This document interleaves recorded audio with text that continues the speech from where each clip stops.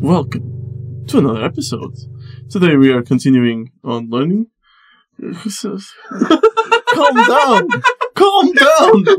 I still didn't even say your names. Come on. Yeah. Stop. Wait. Why do you always ruin the intro? As I was saying. Yeah. Episode about learning and stuff. This is Philippe. Hey. And this is Ron. Hello. And I'm Hugo. Hello. Yeah. You right? No, I'm not. You regularly fuck the intro. What? He has a... just likes to... Just like to keep you on your toes, man. I don't. I don't like that you do. Sounds like a you problem. So, we talked about what learning was and learning styles and what learning meant for us in the last episode. Yeah. We also talked about the VARC model. Correct? Yeah, that's the one. And that's basically it. We've went on... we talked about a lot of stuff, but those were the main points. Yeah. Yeah. So, Jesus. We took an hour to talk about that. I'm sorry. Is that not on brand for us? I think... Okay, yeah. Took an hour. Alright. So, I wanted to talk about spaced repetition. Are you familiar with the term? I'm gonna take a gamble. And I could be way off. But I would wager that it's about repetition with given spaces in between to consolidate your information and make you able to regulate everything you take in a comfortable environment and pace for yourself. Yes. You bitch. It is that, but I mean, yeah, sure. No, that makes sense, right? I have a very strong critique against this. This is like a model of learning that is very popular now on YouTube and stuff. Like, I didn't know that. I was completely unaware of this. Yeah. You're missing a whole world of things. And actually, like, we have here the thing where we point. We got a list. Yeah, we have a list of stuff that we want to say. And the next item on the list, which is mind maps, is related like directly to spaced repetition because I think spaced repetition does not work. Oh, yes. So spaced repetition is essentially what he described. So but it works halfway. I'm gonna explain this. It's a way for you to memorize things based on repetition. Okay, right. So, and the thing is, you're not really good at memorizing things if you keep repeating the things that you already know, and you're not really good at memorizing things if you don't really repeat them at the continued pace. So, have you ever seen the graph like of how much time you remember things after each repetition? Not really. Okay, I don't think I have. Okay, so it's like first time you hear something, you remember it for like 1 day. Right. The second time you hear it, you remember it for like 5 days, something like that. Oh, okay. So the more frequent something is, the longer it stays in your memory. You don't need to remember it like during that period where you still remember it for sure. You need to remember to refresh your memory when you think you are losing your memory. I see. Okay, see? Alright, it works for memory. Okay, but not for learning, you'd say? Yes. The problem I found with this is that, first of all, it's very boring. It sounds boring. It's tedious. Yeah, it's tedious. There are programs that I'm not remembering the name of the program that I used. But, yeah, eventually. And the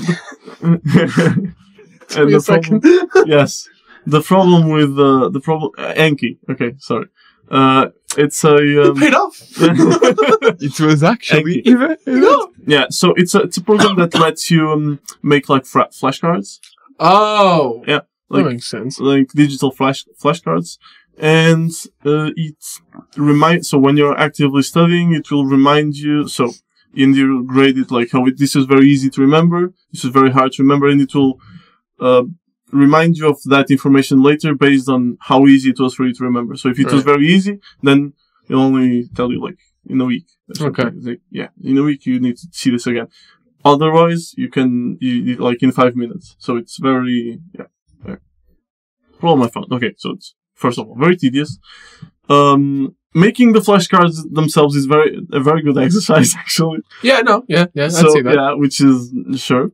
But then using them, I found that doesn't bear that much fruit because you're not seeing that information in a new context. Right. Because like making the flashcard was the new context for me, and then I don't feel like I'm learning it. I'm just memorizing. Do you understand what I'm not linking that idea to other ideas that I previously had, or other ideas that are connected, even in from the new ones that I have to that term. So, I don't know, you have a bunch of things that you learn when you learn a new skill, for example. And those ideas are all interconnected, right? They're not silos. You learn this because it helps you with this, and then this connects to that. Exactly. They're all like interconnected. So I found it was not really helpful for me. But I can see that. Yeah. What's your guys' opinion? I never tried it. Not having tried it, it feels to me, again, very tedious. And I don't see how that would work because, okay, I just did this. It somehow determines that I need to see it in a week. When in that week will it be? Will it be in the middle of the day? Will I be at work? It's like when you go there. Right. Oh, when you open it up. When you open it up, it automatically shows you stuff. You're supposed to go there like every day. Feels like a chore. It is a chore. It is a chore. It is a chore. I don't like it.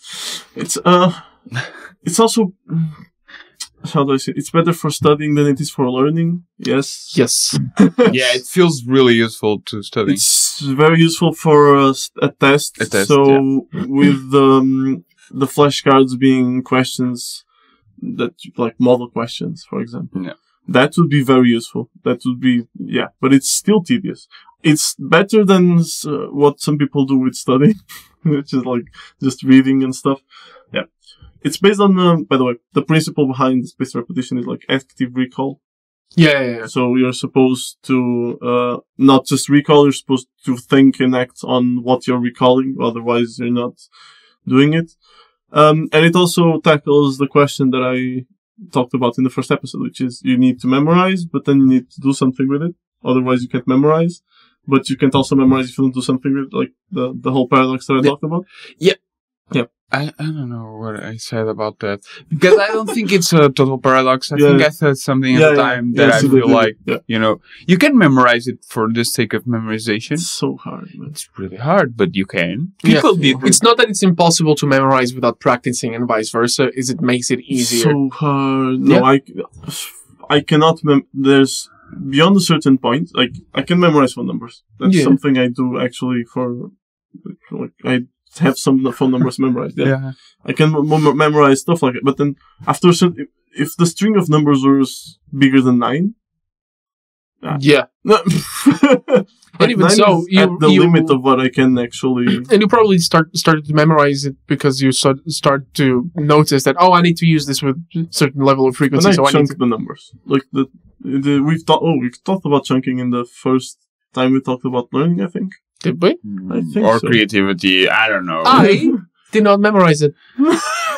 No, you just didn't remember it. There was no attempt at memorization. I don't think so. He's losing it. Jesus. Guys. Yeah. What is chunking? Remind me. Chunking. So, when you have, your mind cannot process more than 4 things or juggle 4 things at the same time. So, what it does, it condenses a lot of things into one big, unit of, thing. So, you're learning to, I don't know. It has to do with like how you have different types of memory. Like we have been talking about like long-term memory. Yes. Right. We've been talking with learning I'm assuming that you want to learn it for a long time. Yeah, to remember it like after you stop doing it now. Yeah. So, but what he's talking about now is work memory. Is the memory you have when you're doing something. Right. And work memory it's very useful, but it can't retain a lot of stuff. Yeah. And what he's saying is something like, it's different, to remember, I don't know, A-N-A and remembering Anna. Yes. You know what I mean? Oh, okay. Anna is one thing. Yes. A-N-A is 3 things. I'm sorry. Isn't that like a mnemonic device? Kind of. The mnemonics are a version of chunking. Okay, I Yes. understand now. But yes, that's. I just learned something, guys, in case you didn't realize it. It's like knowing where the limit is Yeah. for your work memory and just trying to make a lot of things into one, so Yes. it only occupies one space in your memory, in and a that's sense. yes, and that also chunking and doing that. So it allows you to think about that because otherwise you can't do it. You can't retain so many stuff. Yeah, you can't retain so much information at once, and that's why using new information is very hard when you're. So when you just learn something using it, so you just learn an equation in physics, and you're trying to use it to solve a problem. It's very hard at the beginning because you're not grasping the equation. You're looking at different numbers on the equation, and they're all occupying a lot more than your capacity, right? After a while of using it and understanding it, it becomes a chunk. Like, okay, this is just a bit of thing. I understand this thing, and now I can use the other ones to understand the actual problem instead of managing all of this stuff. Yeah. Yeah. So, spaced repetition and active recalling help with chunking and stuff like that, but they don't help with forming chunks of new things. So, how do I explain this? If you put your flashcards in a correct manner, then you will learn the concepts in the correct, like you'll form the chunks. But it will be very hard for you to form other chunks that you did not think about actively. And that's where I feel this all kind of crumbles down. It's very good for studying, because for studying it's very structured, right? You have tests, you have questions you probably know for sure are going to be on the test, stuff like that. Ideally, yeah. Yes. Yeah. So it's perfect. If you, and it's actually fast. So you don't take a long time of your day. You have to do it every day, but very little time of each That's day. kind of the point. You spend like 15 minutes. It's a shower, but it's 15 minutes, so it's bearable, and you do it every day. Yeah. Recently I came across something else. Okay. Which also has everything that I've talked about. So chunking, obeys the same principles, but I think makes a lot more sense, which is mind maps. And the way I've learned about mind maps is very nice. It's just YouTube. You search for it. YouTube's a blessing nowadays. There's a lot of stuff about mind maps. And it's nice because mind maps allow you to do drawings, for example, while you're learning, and do different kinds of things. And you're supposed to do so, embellish, not just use words, right? It should be the definition of a perfect mind map is that you look at it and you understand what's in it, and it's like, this is very personal, so our mind maps would be very different. Right.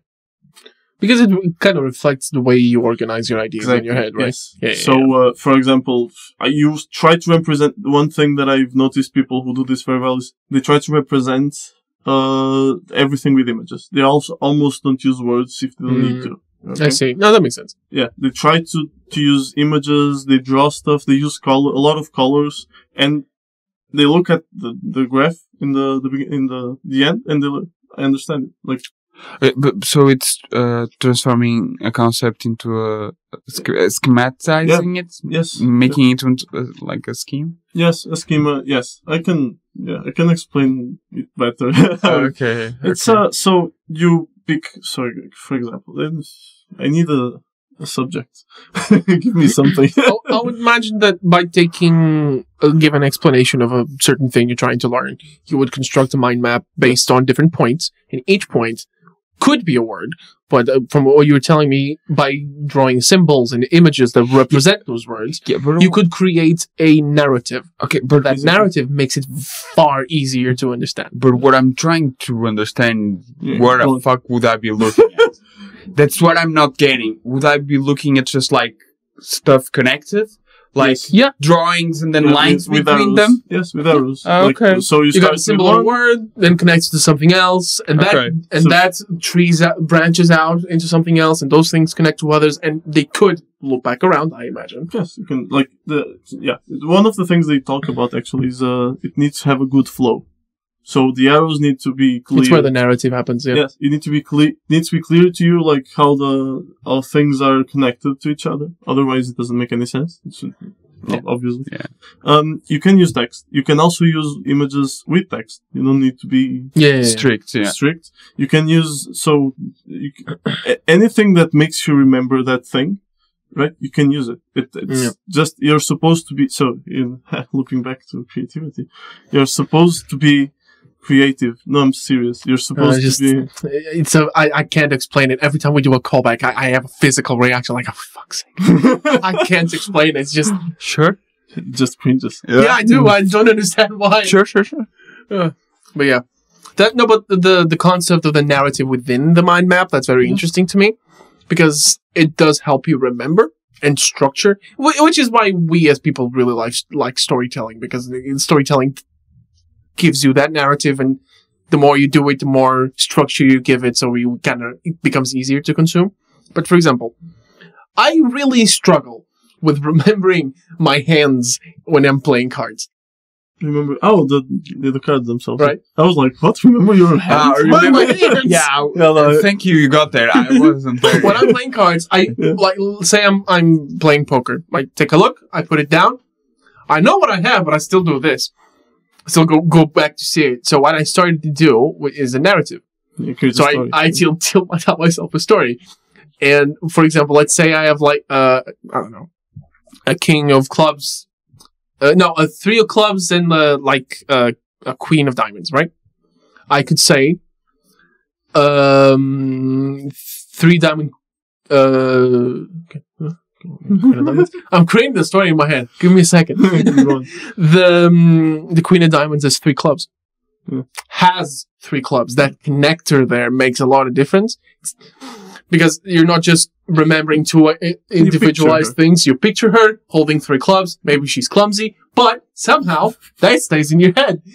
And then I don't check it. So I imagine that same principle extends to the mind map, because it's chunking. You don't have to remember the narrative that you created in that moment, because when you open it up, you see the logical steps, ideally, if you did it right.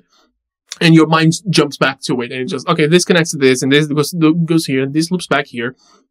So I can see why that is a helpful tool. Yes. And that's a tool for learning. Yeah. A note-taking tool that I also want to talk about. I don't think I've put that in our list of things. I don't know. You don't know what you're gonna say. So So it's kind of a tangent. It's not completely. It's related to learning, obviously, but it's not. So I have It's a different approach for me to take notes for the future hero when he remembers he needs something, right? Because there's stuff I know I'm not gonna learn, in a sense. I'm learning that stuff now, but I will not keep it. I will not remember it. And it's not. I'm human. Yes. Yeah. Are you? Sometimes. So my maps are a way for me. For example, I've taken notes, right? And I want to remember how stuff works, because it's a very complex thing. I take a mind map and I start mapping the notes, and I'm like, oh, makes sense now. It's very dumb, by the way, but it's you have those aha moments, like very often doing this. So yeah, I found it helps a lot. Mm-hmm. So, yeah.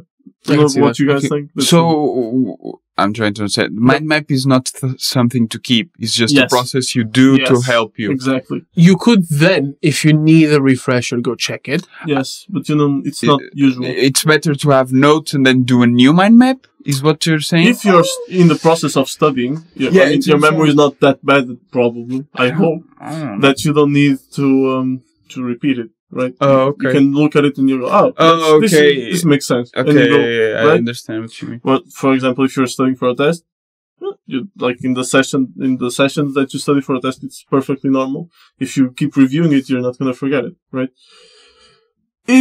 However, and this is a different kind of learning or note-taking. And also the way I write my notes for this are very different, because when I'm writing notes for something for a test, it's very particular, right? It's now I'm writing, I know I'm in context. When I'm taking notes for, by the way, I use a program. It's Obsidian. I've talked. Yeah, you guys talked about it, to. but it's very cool. Obsidian lets you link notes and stuff. Yeah, you go search stuff. Yeah, it's you nice. make it with lava and water. You get obsidian.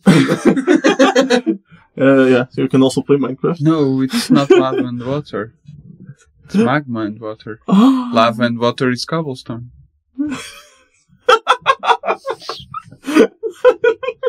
I've been right. You're the real gamer here. I forgot about what I was saying. Sorry. That's fine. Yeah, Obsidian. So makes sense. So when I'm taking notes for so that I can remember them later, like in life, that's again a different kind of notes than like for I take them in a way that I'm very dumb. So okay. I take them as this has to make sense without any kind of context. Yeah, and the only context I need, proofing your own notes. Oh, that's great. The only context I need is I know this language. Yeah, that's it. I explain everything to the tiniest bit, and sometimes I create a new note inside that note because I use a term and I'm like, I might not know what this means. New note. Oh, another new thing that I might not know what this means in 10 years. Yeah, that's how I...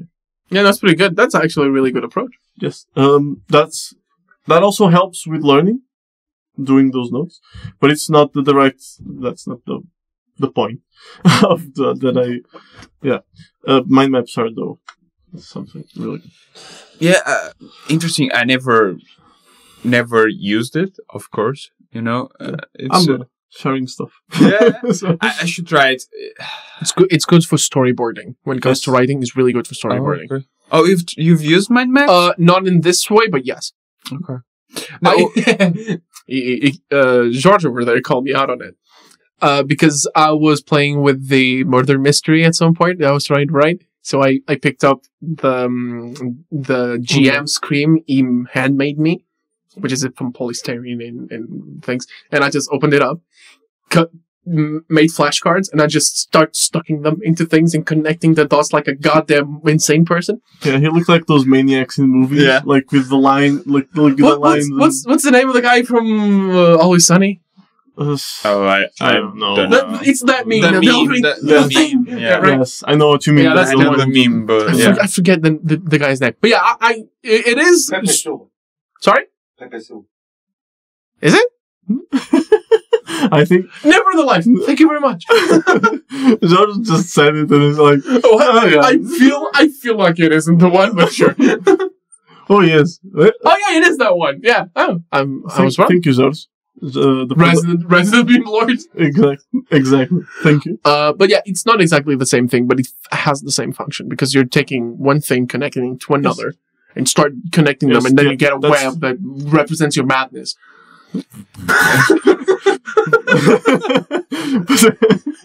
That's the idea. That's what they do. Basically, they use pictures. If you notice, they use a lot of stuff. They use even like on those investigation scenes, they use evidence. They stick evidence to the wall as a means of. It's a motherboard reminding them what happened, right? And that's how you also form new ideas. That's what I see. That's what I mean with spaced repetition. Like really lacks on this. Maybe better for memories. I don't think so because mind maps also cover that because you're forcing yourself to actively recall the thing.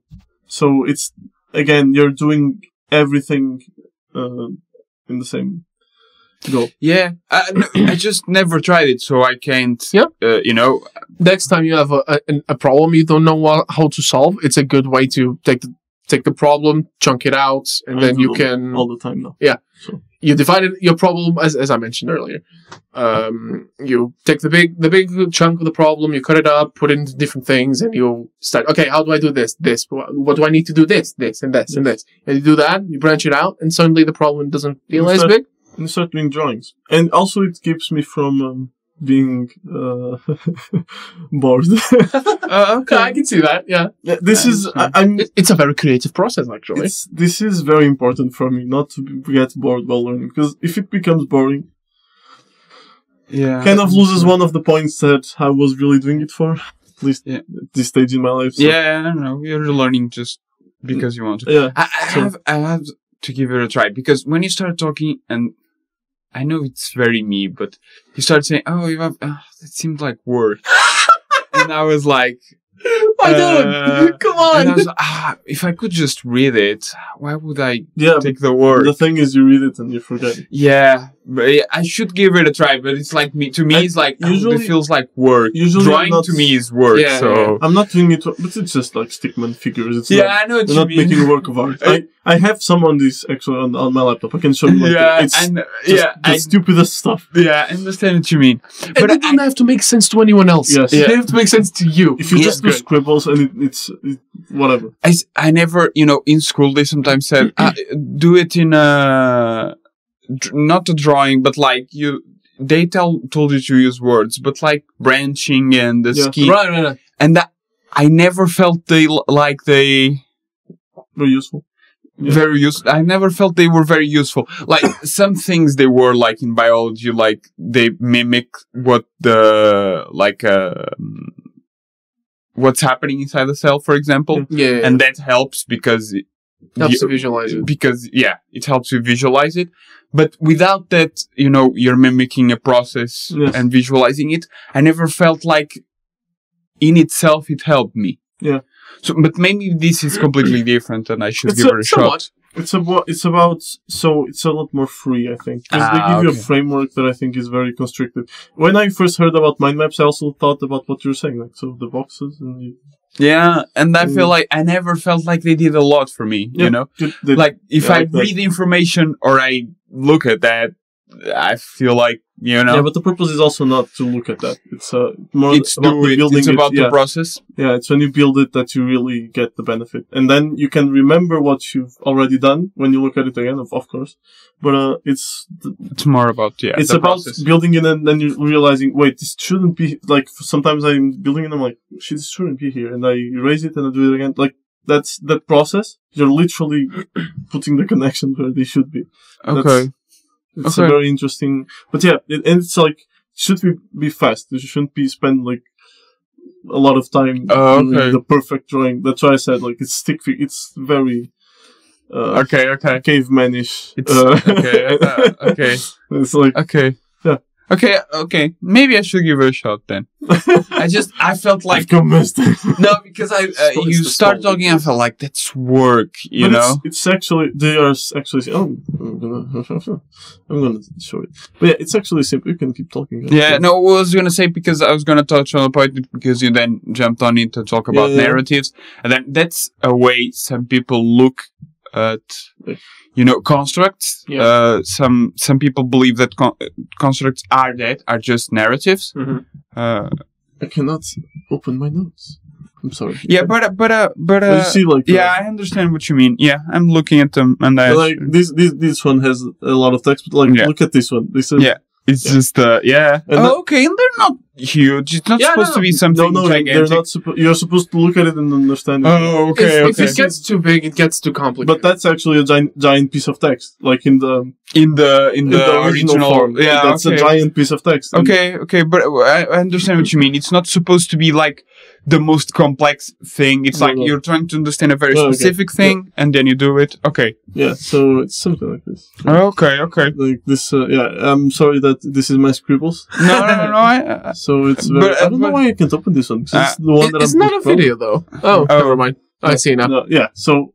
Okay. The audience can see, but it's like. It's just scribbles. Yeah. Okay. United by arrows. Yeah. Yeah. Okay.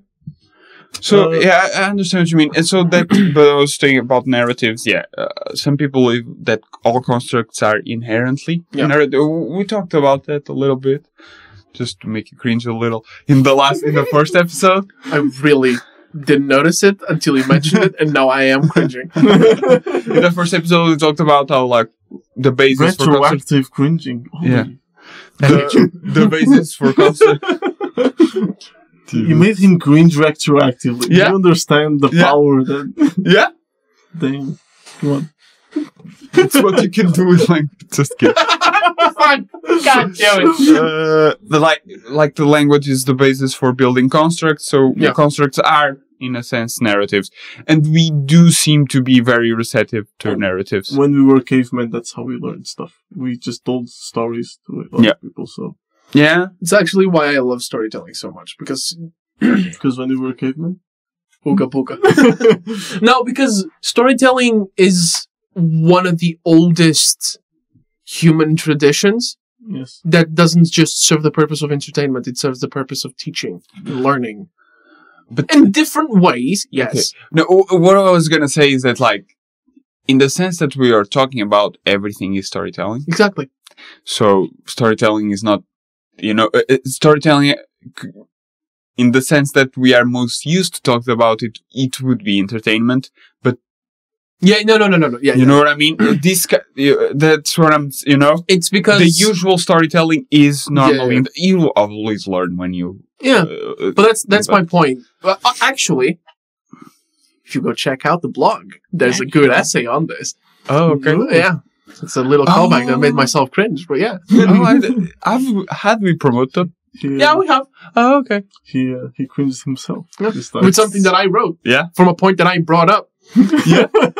I'm gonna implode. You played yourself. But yeah, no, that's the point, right? Storytelling does that. It allows you to explore an idea or see a perspective from someone else's eyes and learn without doing. But because storytelling is like this very creative part and very social part of what we are as a species, it makes us imagine, and by imagining makes the experience very personal, even if you didn't do it. It makes as if you've seen someone else do it. Exactly. Or yourself sometimes, but usually, yeah. Right.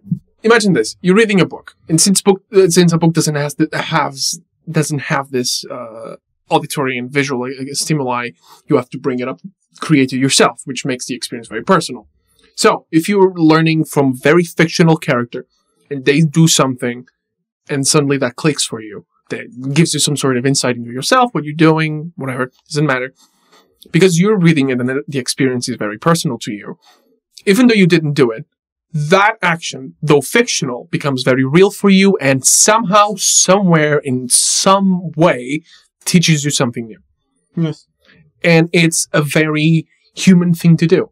We tell stories for whatever purposes and serves them as a way to teach. So yeah, I did go in a bit of a ramble here, but that's a way to teach. Yeah. George is saying that he just said the title. Yeah, go on. Yeah, but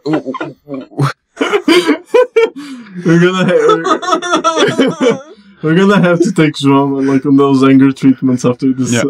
Take me into a rage room. Just break shit up. While I understand what you're saying and I 100% agree, what I was trying to say is that there is no storytelling.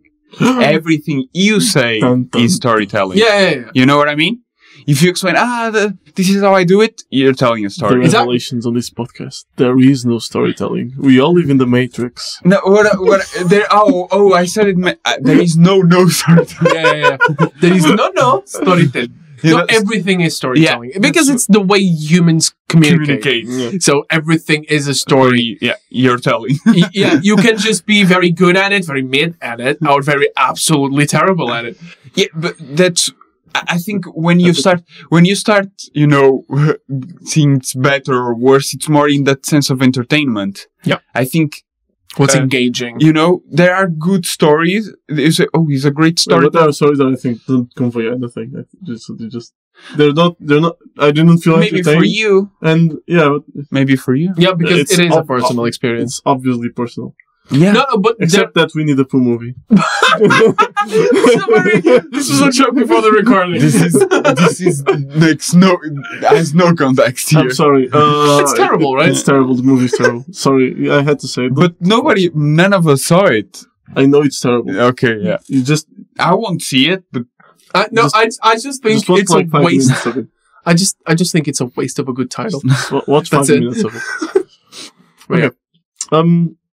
I was talking about mind maps and stuff, and I talked about something important, which is I don't want to be bored while I'm learning. And that takes me a little bit to motivation, you think? Yeah. Okay. You're still very good with the segues, Michael. No. For real. Yeah. This is scary. Yeah, the season changed, but that stayed. This is good. I had to give you props on that. Okay, so what does motivate you to learn? What does motivate me to learn? The fear. Oh That no! was me! You did this to me! Okay. I went Tuga. I'm the only person that didn't speak Portuguese yet. This, You didn't on the past few first? episodes. Oh. This past Okay, yeah. I was the first one, actually. Yeah. Oh, so we're done. We broke the seal. We can go. I can do all in Portuguese now. So Yeah. you were saying in Portuguese? What does motivate you to learn? And I understand that this is quite vague, but It's a very vague question. yeah, what does motivate? What is something that brings you back to learning? Fear of death? I'm just joking. Oh my God, my soul left my body. I was just sorry. It's just a. But It's it's fine because you're sorry now. I'm sorry, yeah. What is this? I think isn't that one of the main reasons why humanity searches for knowledge? To stave off death? As stave off? Yeah. I would agree. I would agree more if it was for a search of meaning. You learn to understand the meaning before death. That I understand. However, to stave it off? I think we do. Oh, you mean in a medical sense? It's one of the ways. Yeah, maybe. Sure. Or to make a safer city, or safer food, or safer... There's a lot of stuff that you don't make necessarily... Is searching for quality of life staving off death? better. Right? Because I understand the idea of, okay, life could be better, but is that making life better is the same as staving off death? Is that it? I'm Not necessarily. I'm not saying that they are the same. I'm meaning it is. I feel it is one of the reasons why you do it. No. I can see it. I completely disagree. Sure, but I feel I don't feel like what any of us say here today is neither true nor false, because it will be true for someone. Yes, I see. And false, and I feel like humanity still has that drive of fear of death. I still feel it very I'm clearly. not afraid to die. Sure, but We can fix that. but I don't feel like that's common. You can fix that. I don't think like that's a common feeling or perception. Existential dread is something that at some point... I don't think I've never felt that was the main motivator for me to learn. Main? No, I don't agree either. But I don't think that's a main issue. When you ask, what's the motivation? I'm searching for the main ones, right? Because there's a lot of reasons. No, it's fun. No, it's fun. Right. Learning can be fun, and searching for the fun fucking done. Sorry, for the listeners. I just walked out. Yeah, he just walked out because I made a very cringe movement. It was on purpose. It was.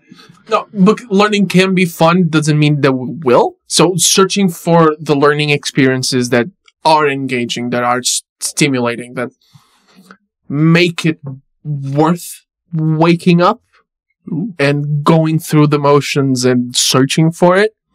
So what does motivate learning? So that would be learning that brings a sort of meaning or progression to whatever it is that you're doing. At least in part. Yeah. So you agree with progression? I do agree with progression a bit. It's not, okay, again, it's not, I'm not thinking about progression in the progression as in progression. Okay, so you mean progressing as in developing new things, or self-progression, self-productivity or such? It depends. I usually don't think about progression in terms of progression, for progression. I think as in, so for example, I want to get better at, and it's specific. It's like I want to make progress in a specific skill, for example, or I want to learn more about something because it interests me. I cannot explain why, but stuff.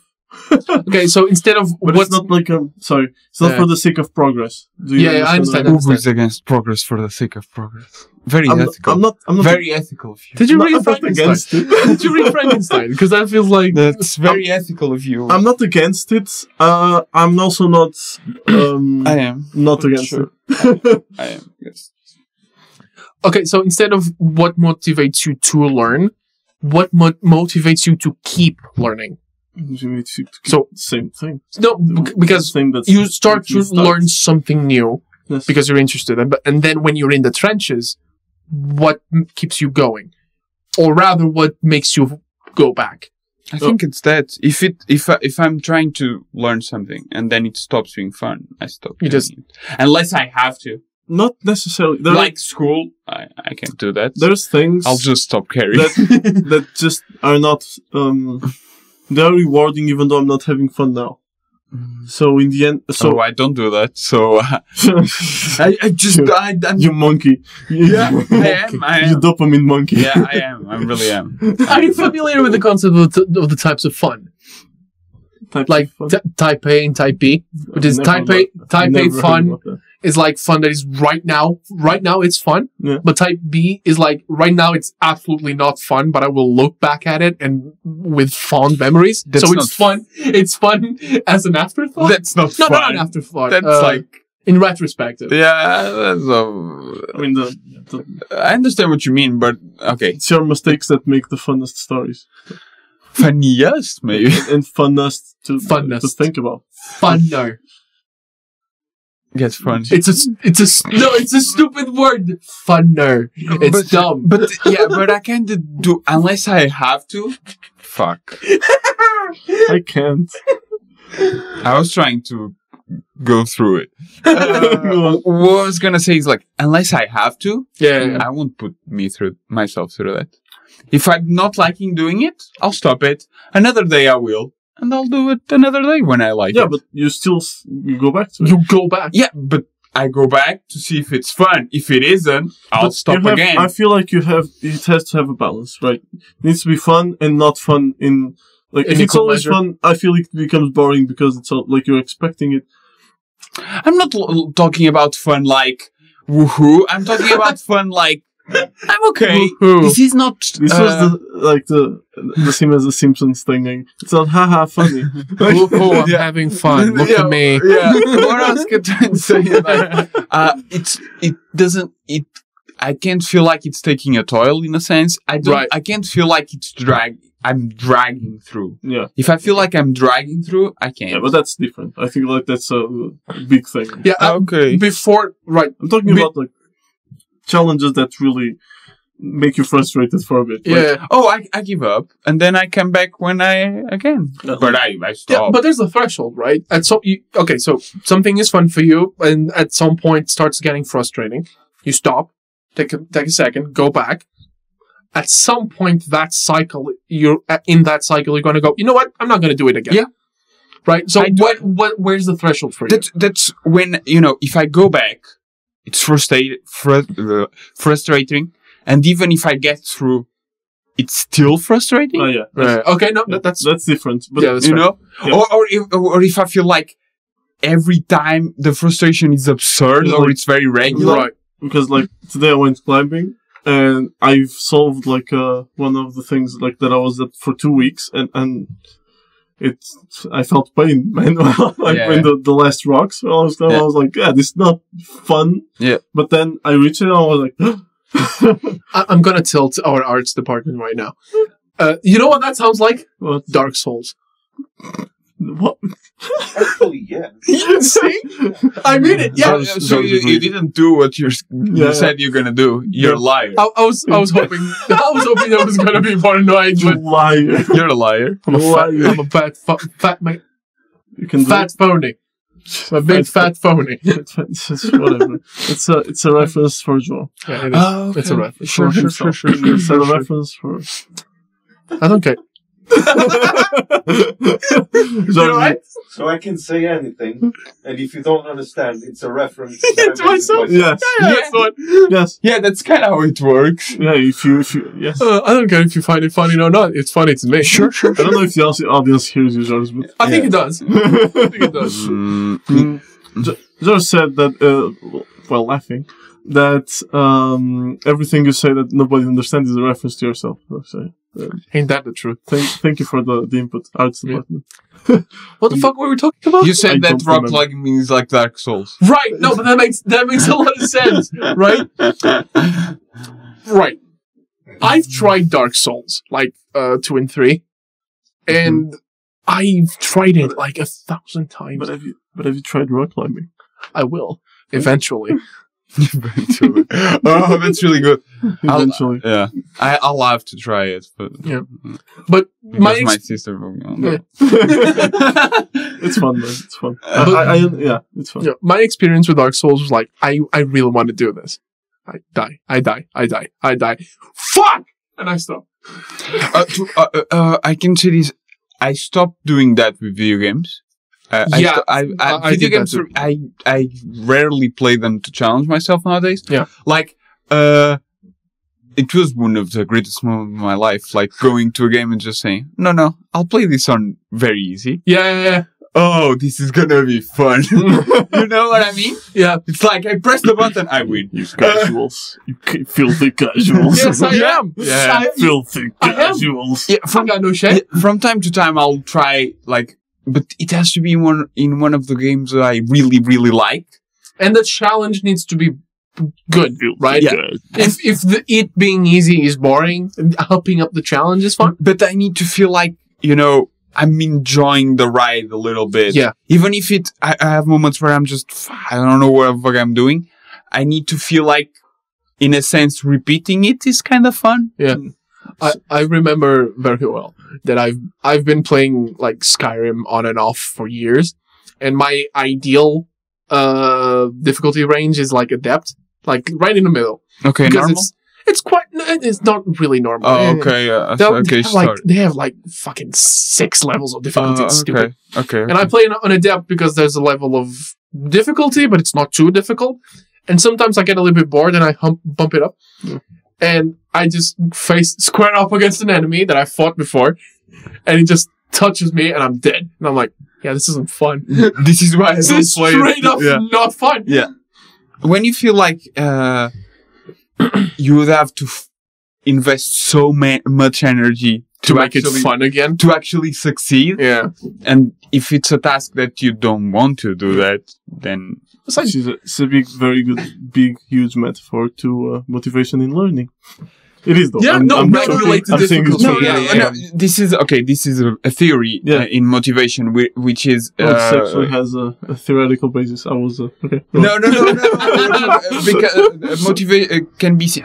I don't remember the name, but motivation can be seen as a kind of equation between the effort that you put in and the expected results. Yes. Okay. And then it can be mediated by the results other people get around you. Yeah. Like if you and the perceived effort that they put in. Yeah. You know what I mean? Mm-hmm. Like, because you don't know the effort they put in, but you the effort you perceive they put in. Yeah. If they get better results than you, and you feel like they did less than you, you're gonna be. this was me in high school with the two fuckers. In general, like it can be in work, you're gonna feel less motivated because you feel effort is not. Yeah. If you're putting a lot of effort in, the rewards you expect don't come. Yeah. And if you perceive the people around you not make the same or similar effort to you and get better results. Yeah, but you have to consider that those people probably made an effort at something else. Yeah. That transferable skills. Yeah, I'm not. I'm not 100%. saying and that's why perceived effort is important. Yeah. Because it's a very individual. I think everyone needs to keep reminding themselves that Yeah. everyone's different and we have Different challenges, different traits. And I mean, it's okay and it's good that you go through the things that you feel like you're naturally good at or that you're conditioned to be good at. But you can. I like rock climbing was completely out of the. Yeah. I was horrible. Yeah, yeah, but it's also that's why. But I would be better than someone that wasn't physically. Yeah, but that's why I'm saying that's so important. The expected results part. If you expect to tank on something, then everything is a success in a sense, you know. Yeah. But because why is it so important, this mediation from expected results and then effort? Because if you feel like if you put a lot of effort into it and you got very little results out of it, then you're not motivated to try again. It's balancement, because if you also don't expect anything from yourself, you're not gonna try. You're not gonna. Place. You're not. Yeah. But if you're not gonna put any. And you don't succeed, then it's also gonna be. Yeah. But I'm not trying. I'm not saying, because sometimes this is very hard to me. I'm not saying like, I'm talking in a very abstract position. I'm not saying do this or that, because sometimes you just get expectations out of, it's human. You build up expectations, Yes. And I'm not saying don't do it. You have to have some expectation, but you know what I mean? Yeah, it's balanced. You need to balance it. Yeah. But that's gonna happen. And this is one view from motivation is very complex. Like, we haven't even talked about extrinsic and intrinsic motivation, how complex that is, I think we can start the next episode with it. Okay, that sounds fun. So extrinsic and intrinsic. But are you telling me the episode is over? It's we should. Oh snap!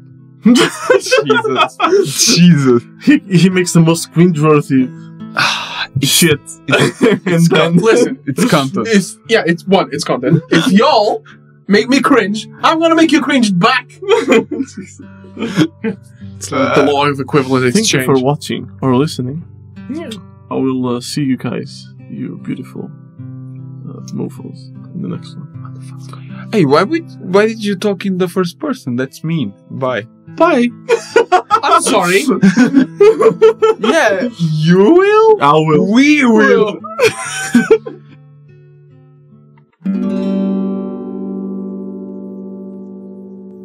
You can support the show by subscribing to our YouTube channel or listen to us on Apple, Spotify, or wherever you get your podcasts.